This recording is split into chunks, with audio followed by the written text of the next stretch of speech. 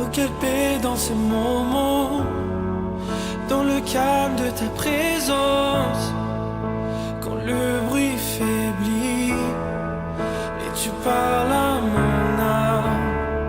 Tu as toute mon attention, fais-moi entendre ta voix. Je ne veux rien manquer, Seigneur, mon cœur désire plus de toi. Mon cœur recherche ta face, alors je cède à toi. Et tout ton monde est ému par ton amour, captivé par qui tu es. Conduis-moi à te connaître plus encore. Je veux m'approcher de toi, laisser mes peurs derrière moi. Seigneur, viens toucher ma vie à nous. Oh, oh, oh, oh, oh, oh, oh. Comme le soleil à l'aurore, comme la brise dans la nuit, ta paix me restaure, tu me donnes la vie. Il n'y a aucune hésitation dans ton amour, ton affection, rien n'est comparable. Seigneur, mon cœur désire plus de toi. Mon cœur recherche ta face, alors je cède à toi. Et tout ton moi est ému par ton amour, captivé par qui tu es. Conduis-moi à te connaître plus encore. Je veux m'approcher de toi, laisser mes peurs derrière moi. Seigneur, viens toucher ma vie à nous. Oh, oh, oh, oh, oh,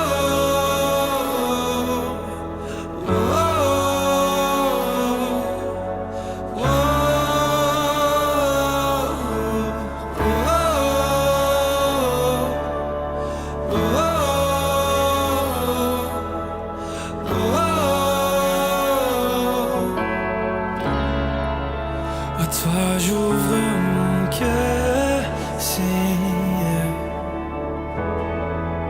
À toi j'ouvre mon cœur à jamais.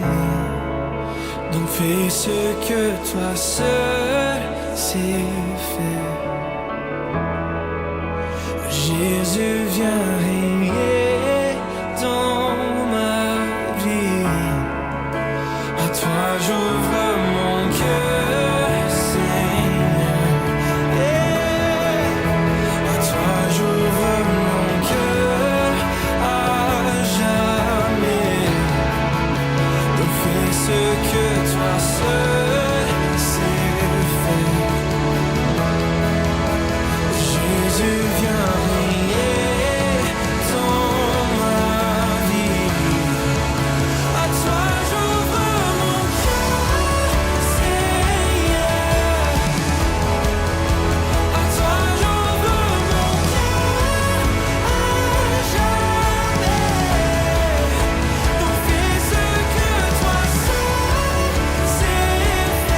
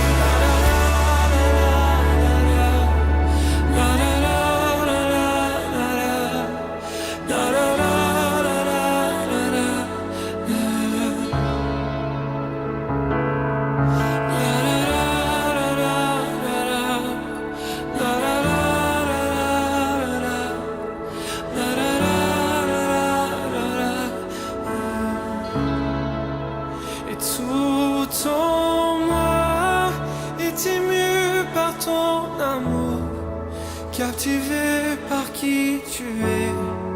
Conduis-moi à te connaître plus encore. Je veux m'approcher de toi, laisser mes peurs derrière moi. Seigneur, viens toucher ma vie à nouveau. Il est bon d'être avec vous aujourd'hui, de chez nous à chez vous durant ce confinement. Et je veux vous dire que le Seigneur désire te toucher aujourd'hui de son amour. Et vous savez une chose, l'Esprit Saint, l'Esprit de Dieu se manifeste encore aujourd'hui parce qu'il n'est pas confiné. Nous, on poursuit dans cette saison de confinement, mais Dieu n'est pas confiné dans son amour. Et j'aimerais, avec toi aujourd'hui, te parler de cet amour si grand que Dieu a pour vous et moi. Et j'aimerais, sans plus tarder, aller dans les Saintes Écritures, dans l'Évangile de Jean, le chapitre 3, et regarder un verset des plus captivants de l'Écriture sainte. C'est dans ce chapitre qui nous est dit ceci, dans le chapitre 3 de l'Évangile de Jean, et verset 16, qui dit « Car Dieu a tant aimé le monde, qu'il a donné son Fils unique afin que quiconque croit en lui ne périsse point, mais qu'il ait la vie éternelle. Dieu, en effet, n'a pas envoyé son Fils dans le monde pour qu'il juge le monde, mais pour que le monde soit sauvé par lui. » Wow! Merci Seigneur pour sa parole encore aujourd'hui. Et vous savez une chose, c'est comme si je ressens sur mon cœur que les palpitations de Dieu à votre égard, à mon égard, Dieu a un cœur qui palpite pour nous parce qu'il nous a aimés. Et pour la majorité, vous savez, aujourd'hui des chrétiens, ce passage de l'Écriture, c'est un verset clé pour partager l'Évangile. Et on le récite à maintes et maintes fois. Et avec le temps, on dirait que sa signification est devenue comme un petit peu banale. Et on a oublié toute sa portée éternelle de ce verset si magnifique. Mais j'aimerais regarder avec vous aujourd'hui l'étendue de l'amour de Dieu pour vous et moi. Je m'implique là-dedans parce que moi aussi j'ai besoin de cet amour de Dieu et de la comprendre. Et à travers les Saintes Écritures, ma prière aujourd'hui pour vous, c'est que vous puissiez comprendre un petit peu plus de quel amour Dieu est captivé à votre égard. L'Épître de Romains nous dit ceci, « Mais Dieu prouve son amour envers nous en ce que lorsque nous étions encore des pécheurs, Christ est mort pour nous. » Quel amour Dieu il a eu pour vous et moi d'avoir envoyé son Fils Jésus. Et dans l'Épître aux Éphésiens, il nous est dit encore, « Mais Dieu qui est riche en miséricorde, à cause du grand amour dont il nous a aimés. Nous qui étions morts par nos offenses, nous a rendus vivants avec Christ. C'est par grâce que vous êtes sauvés. » Je peux vous partager cela aujourd'hui parce que j'ai expérimenté cet amour de la part de Dieu d'une façon personnelle. Et non seulement Christ est mort pour chacun d'entre nous, mais notre Père céleste éprouve le même amour envers nous qu'envers Christ lui-même. Il a tant aimé le monde, oui, Dieu a tant aimé le monde, mais il a donné son Fils par amour. Et vous savez, Jésus lui-même, avant de partir de ce monde, dans l'entretien qu'il a eu avec ses disciples, a déclaré des choses extraordinaire sur l'amour du Père. Il dit ceci au Père. Il dit à son Père Jésus, je leur ai donné la gloire que tu m'as donnée, afin qu'ils soient un comme nous sommes un. Moi en eux et toi en moi, afin qu'ils soient parfaitement un et que le monde connaisse que tu m'as envoyé et que tu les as aimés comme tu m'as aimé. Pouvez-vous imaginer ce que Jésus est en train de dire? Qu'il était aimé du Père et que cet amour qui était pour accomplir sur la croix était une preuve évidente de l'amour qu'il avait pour vous et moi. Car Dieu a tant aimé le monde. Il vous a tant aimé. Parfois, vous savez, c'est difficile pour certaines personnes d'exprimer leur gratitude, leur amour à Dieu à cause de certains blocages dans leur vie. Que ce soit l'orgueil, la difficulté des blessures du passé, l'amertume que nous pouvons cultiver à travers les blessures de la vie, à travers les blessures des gens qui nous entourent, le doute qui se mêle à tout ça. Et vous savez, il est important d'être libre de ces blocages parce que c'est l'amour de Dieu dans nos vies qui nous transforme et nous amène à marcher par la foi. Merci Seigneur. Et ce qui est merveilleux, c'est que la révélation de cet amour va influencer plusieurs domaines de votre vie. Notre perception de nous-mêmes change. La vision de nos proches change. Notre façon d'agir et d'exprimer notre vie envers la famille change. Notre manière d'intervenir dans les défis de la vie est différente. Et vous savez, notre façon de partager l'amour de Dieu est différente aussi. Et si nous connaissons l'amour de Dieu, non pas d'une façon intellectuelle, mais d'une manière qui provient du cœur, on pourra aborder les différentes facettes de notre vie avec confiance, avec la paix et la sécurité dans notre vie. J'aimerais te dire ceci. Notre capacité à aimer réellement les autres découle de la présence de Dieu en nous. Et vous savez, selon les paroles de Jésus, on devrait apprendre à marcher dans l'amour. Ça veut dire que notre conduite devrait être empreinte de respect, de générosité, de compassion, etc., etc. Vous savez, après tout, Jésus, est-ce qu'il nous a pas dit « Tu aimeras ton prochain comme toi-même » ? Et l'apôtre Paul, lui, de renchérir, il dit que toute la loi de l'Ancien Testament est accomplie dans une seule.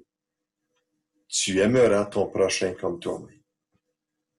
Vous savez, ça semble peut-être difficile, mais il ne faut pas oublier que l'amour de Dieu, elle est répandue dans nos cœurs par le Saint-Esprit.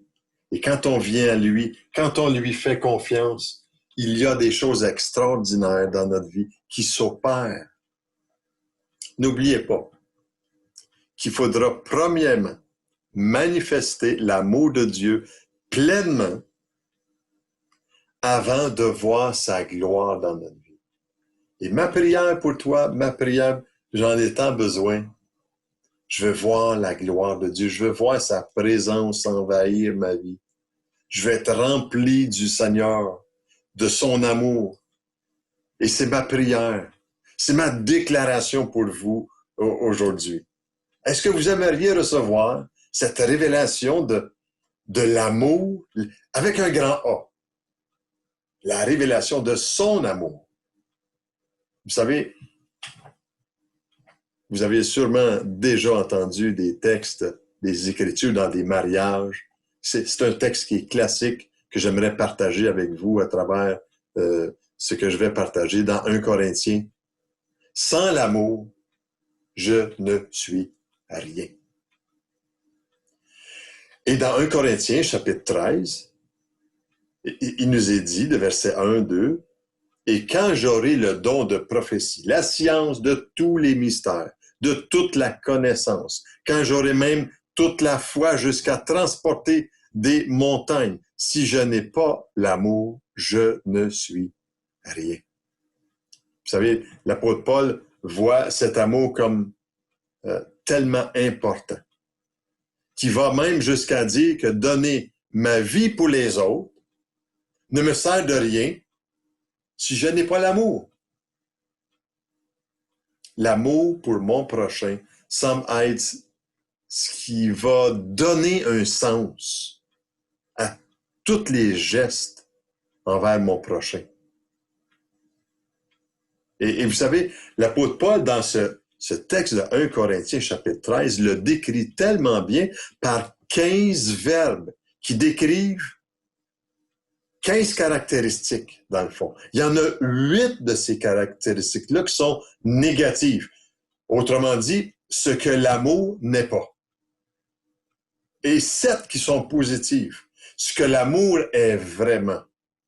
Et en regardant seulement les verbes que j'aimerais regarder avec vous, si vous avez votre Bible, allez voir dans 1 Corinthiens chapitre 13. Et on va regarder ces versets ensemble. Et sûrement que vous avez déjà même lu, entendu ces versets-là. Mais l'apôtre Paul montre que l'amour est actif et non passif. Ce que je m'apprête à vous dire aujourd'hui peut vous choquer, peut vous blesser et au pire même vous fâcher.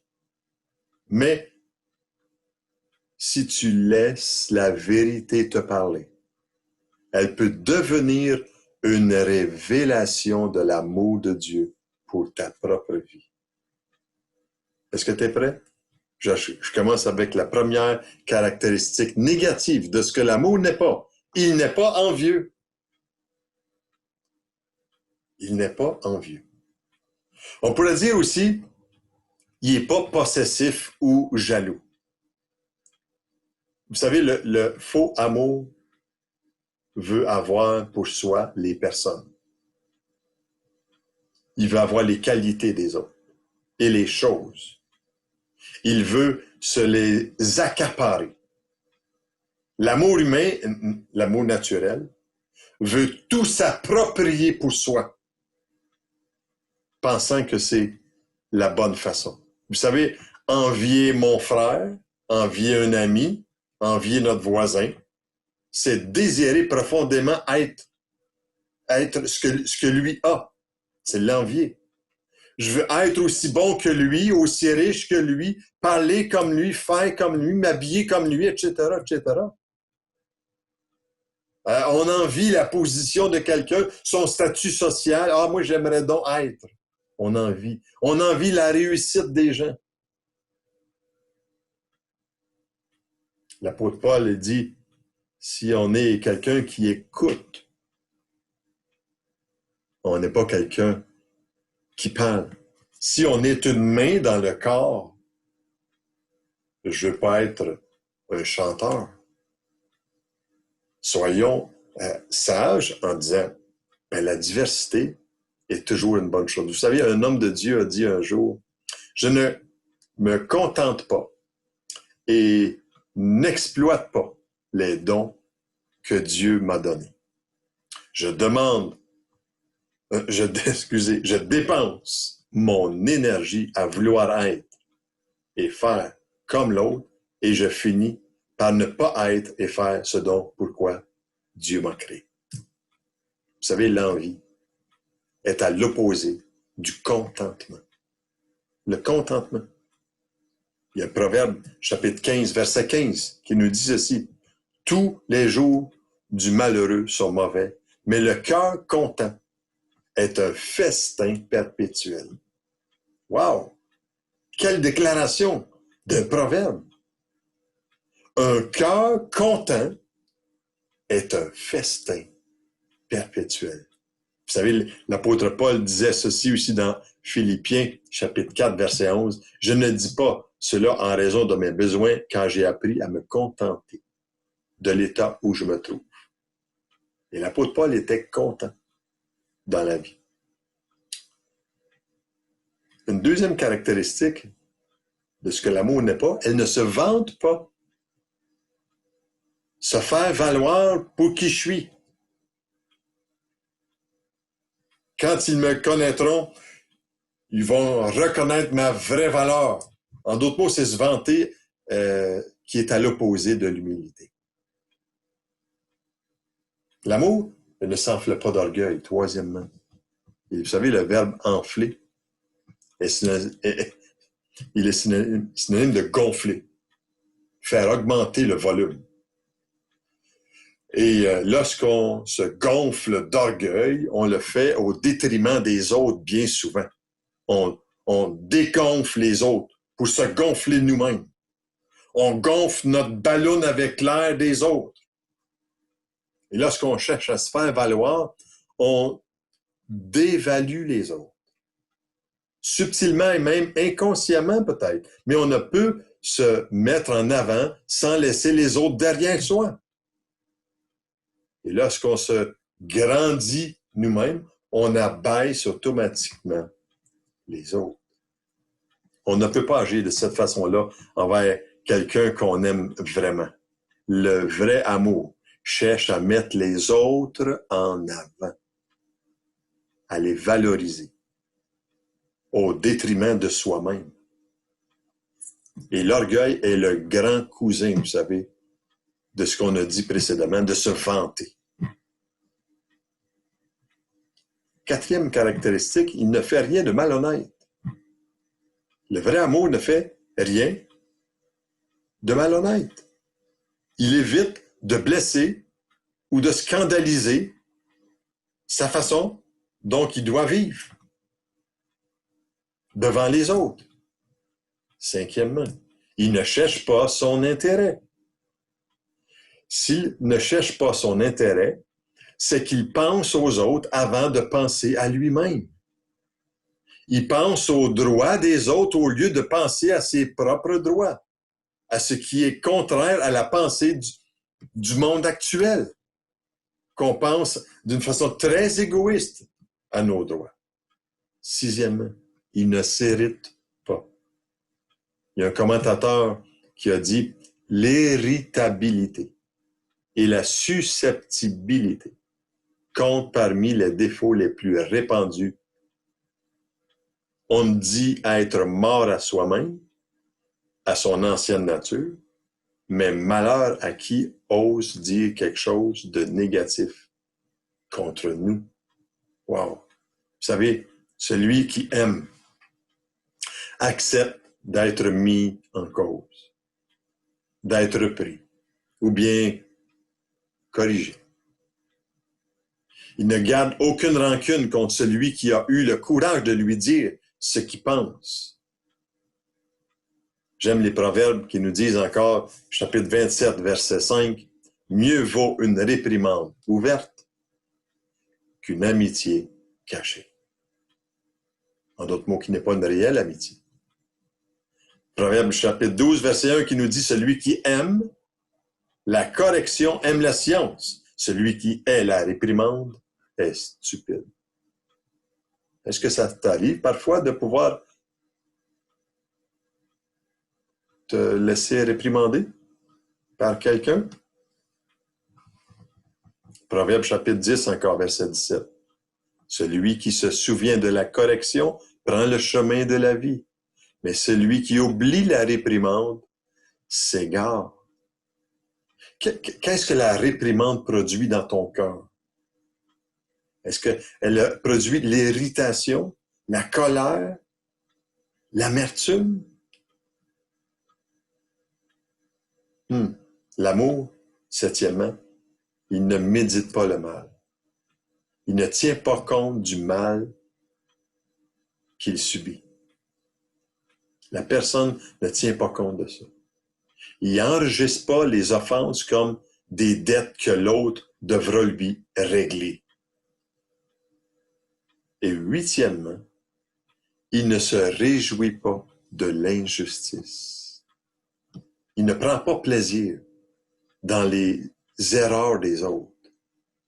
Et il n'enregistre pas les mauvaises actions des autres pour y trouver une excuse pour ses imperfections personnelles. Est-ce que vous voulez toujours recevoir cette révélation de l'amour avec un grand A aujourd'hui? Est-ce que ça tente de savoir plus sur le côté positif des 7 caractéristiques de ce qu'est la révélation de l'amour de Dieu? La première déclaration qui nous est donnée dans 1 Corinthiens chapitre 13, c'est que l'amour est patient. Wow! C'est une vertu qui consiste à supporter les désagréments, les malheurs des autres. On pourrait dire aussi une qualité qui fait qu'on persévère dans une activité, un travail de longue haleine, sans se décourager. L'amour est patient. Il y a un terme en anglais qui dit long suffering.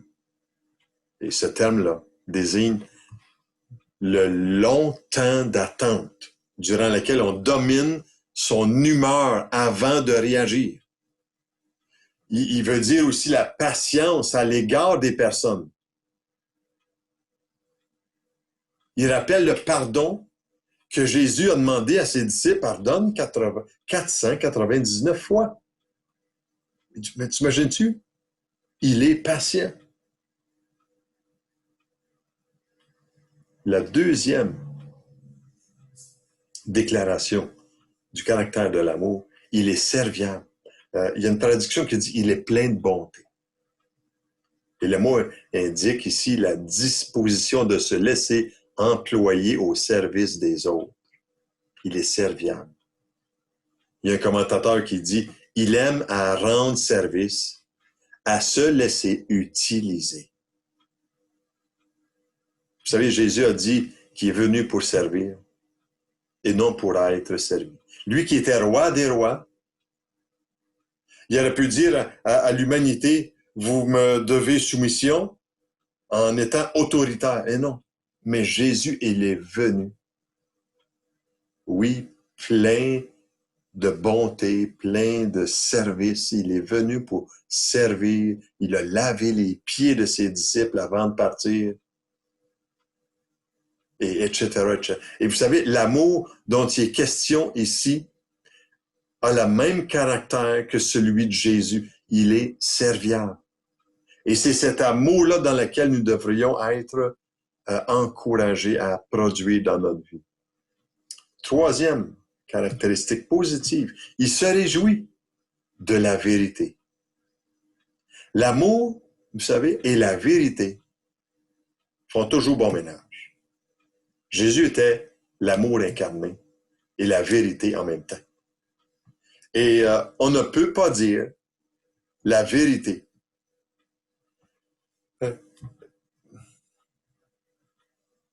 La vérité, j'aimerais vous dire ça de cette façon-là. Ne pas dire la vérité, ce n'est pas aimer.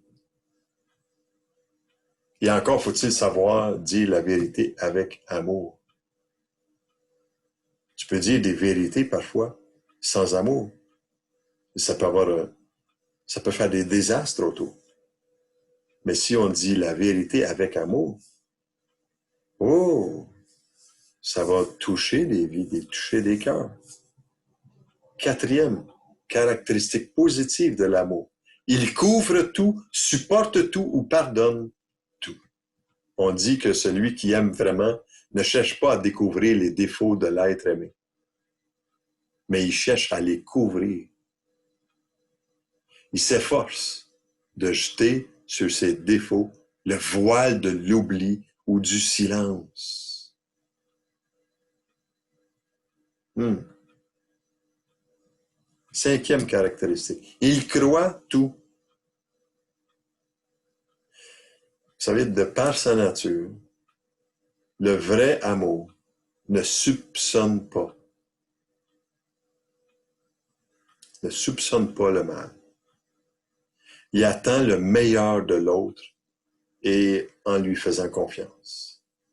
Même s'il a vu de mauvais effets, la nature de ses défauts, il croit que l'autre peut recevoir la force de changer un jour. Il croit tout. Sixièmement, il espère tout. Il espère tout sans faiblir, sans abandonner, même si les apparences sont trompeuses. C'est la confiance dans le triomphe final de la grâce de Dieu. Il espère tout.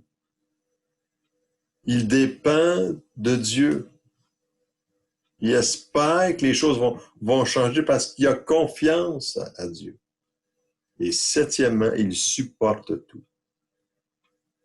Et ce verbe signifie littéralement tenir bon sous le fardeau, sous les efforts, les torts qui ont été subis, sous la souffrance. Il supporte tout.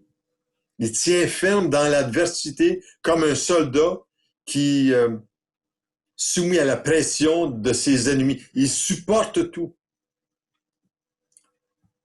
Moi, quand je lis ces déclarations, cher ami, j'ai terminé en disant ces 15 caractéristiques, il y en a 8 de négatives et 7 de positives. Et je me pose la question, qui est capable d'aimer comme ça? J'en suis pas capable. Personne. C'est trop élevé.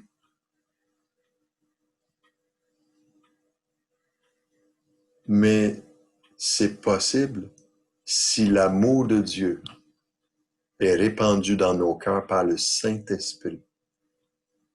Et cet amour-là nous donne la possibilité d'aimer les autres comme Dieu nous a aimés.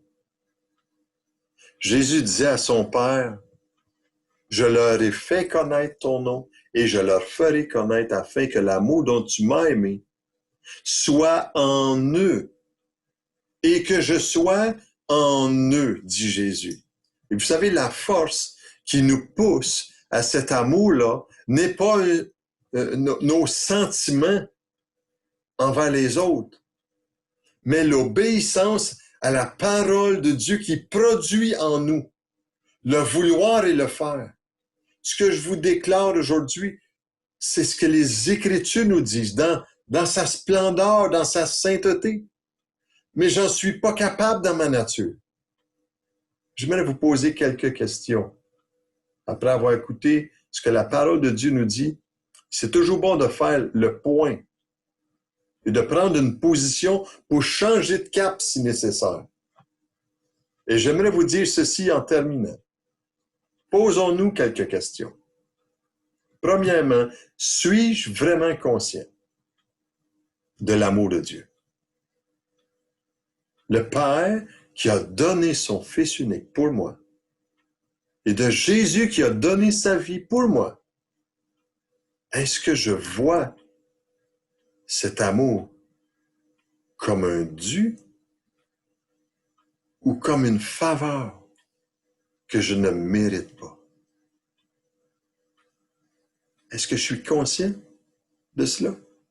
De son amour envers moi ou je suis indifférent?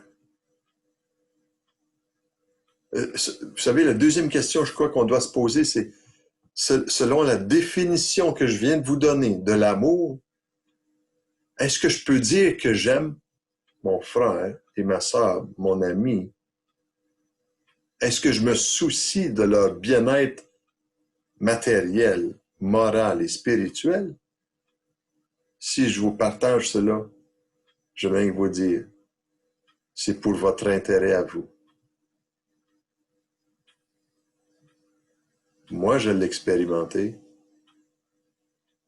et mon désir est que vous l'expérimentiez aussi. Et une troisième question que j'aimerais vous laisser aujourd'hui. Si Dieu m'a tant aimé et qu'il a donné son Fils pour moi, que me coûte mon amour pour les autres? Est-ce que je donne de mon temps pour les autres? Du vrai temps, là, consacré, là.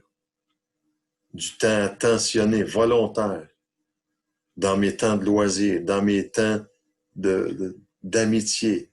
Est-ce que je donne de mes biens? Vous savez, il n'y a rien, absolument rien de plus important que d'apprendre à aimer. En fait, plus vous marchez dans l'amour parfait de Dieu, plus vous accomplissez la volonté parfaite de Dieu aussi. Ça ne veut pas faire de nous des gens parfaits, mais on peut marcher dans le plan parfait de Dieu. On peut trébucher parfois. Et l'important, c'est de se relever. Toutes nos valeurs morales ou notre force spirituelle seront le reflet des actions de l'amour que nous avons dans le cœur.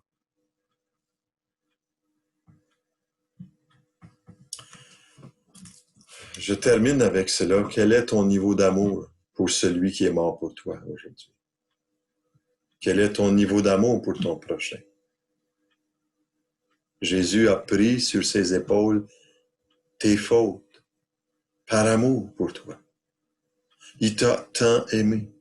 Il a souffert la mort et il est ressuscité d'entre les morts par amour pour toi et moi. Tu ne pourras pas vivre dans la véritable amour sans avoir accepté son plan parfait, parce que son plan, lui, il est parfait pour toi.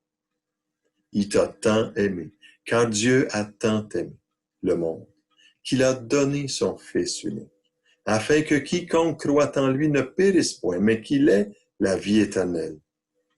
Et aujourd'hui, en terminant, il veut te dire qu'il veut te pardonner, il veut te délivrer, il veut te guérir dans ton cœur et même dans ton corps. Et je prie que sa main, que son esprit touche ta vie aujourd'hui. Et c'est ça mon privilège aujourd'hui, de vous dire que la Bible enseigne que la foi est agissante par l'amour. Et vivre une vie remplie d'amour, c'est le plan de Dieu pour notre vie. Je te laisse avec ce chant aujourd'hui qui dit ceci. Comment expliquer, comment décrire tout l'amour que Dieu a pour nous? Que Dieu vous bénisse.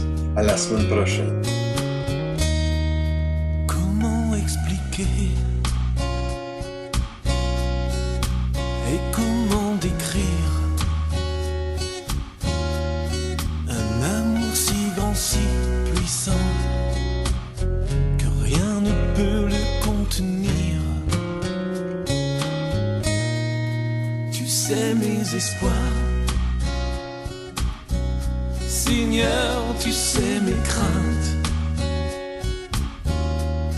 et mes mots sont bien trop petits pour dire tout l'amour que j'ai pour toi. Alors entends mon cœur,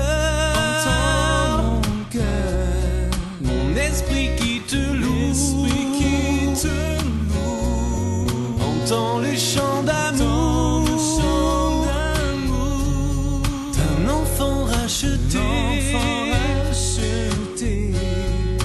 Je prendrai mes faibles mots pour te dire quel Dieu merveilleux tu es. Mais je ne pourrai pas te dire combien je t'aime. Alors entends mon cœur. C'est tout comme la pluie. Les mots pouvaient couler. Et si j'avais l'éternité, je ne pourrais pas l'exprimer. Mais dans les battements de mon cœur, tu entendras toujours. Merci pour la vie, pour la vérité et pour le chemin. Alors entends mon cœur, mon esprit qui te loue, entends le chant d'amour, d'un enfant racheté. Je prendrai mes faibles mots pour te dire quel Dieu merveilleux tu es. Je ne pourrai pas te dire combien je t'aime, alors entends mon cœur.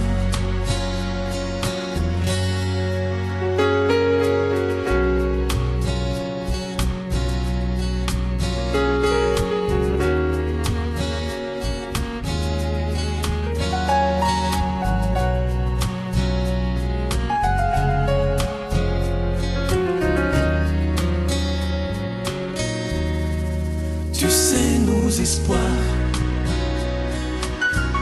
Seigneur, tu sais nos craintes. Et nos mots sont bien trop petits pour dire tout l'amour que nous avons. Alors entends nos cœurs, nos esprits qui te louent. Entends le chant d'amour, de tout est racheté. Nous prendrons nos faibles mots pour te dire quel Dieu merveilleux tu es. Mais nous ne pourrons pas te dire tout notre amour, alors entends nos cœurs. Nous ne pourrons pas te dire tout notre amour, alors entends nos cœurs.